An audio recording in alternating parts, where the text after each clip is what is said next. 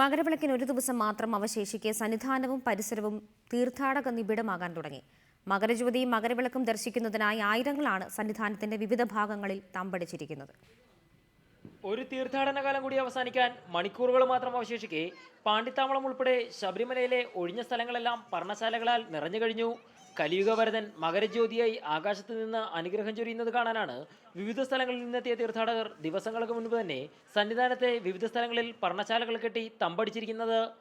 55 வருஷமாக நாங்கள் இங்கே வந்துட்டுருக்கோம். இங்கே தான் இருந்துட்டு ஜோதி தரிசனம் பார்த்துட்டு இங்கே தான் எல்லாம் ஒற்றுமையாக இருந்தோம். கூட்டு பெரியதே கிடையாது.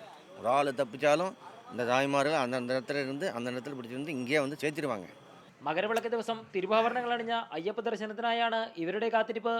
അന്ന് വൈകിട്ട് മാത്രമേ ഇവരെല്ലാവരും 18-ാം പടി ചവിട്ടു. അതിനു മുൻപ് ഗുരുസ്വാമിമാരുടെ നേതൃത്വത്തിൽ പർണശാലകൾക്കുള്ളിൽ ഭജന ചൊല്ലിയും അന്നദാനം നടത്തിയുമാണ് ഇവരെല്ലാം കഴിയുന്നത്.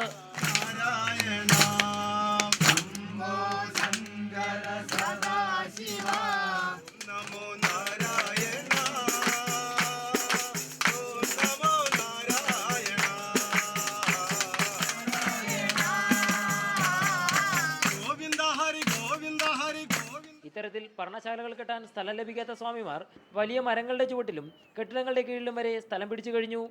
തീർത്ഥാടക കൂട്ടങ്ങൾ എത്തുകയും പർണശാലകൾ ഉയരുകയും ചെയ്തതോടുകൂടി സന്നിധാനം പൂർണ്ണമായും ഒരുങ്ങിക്കഴിഞ്ഞു.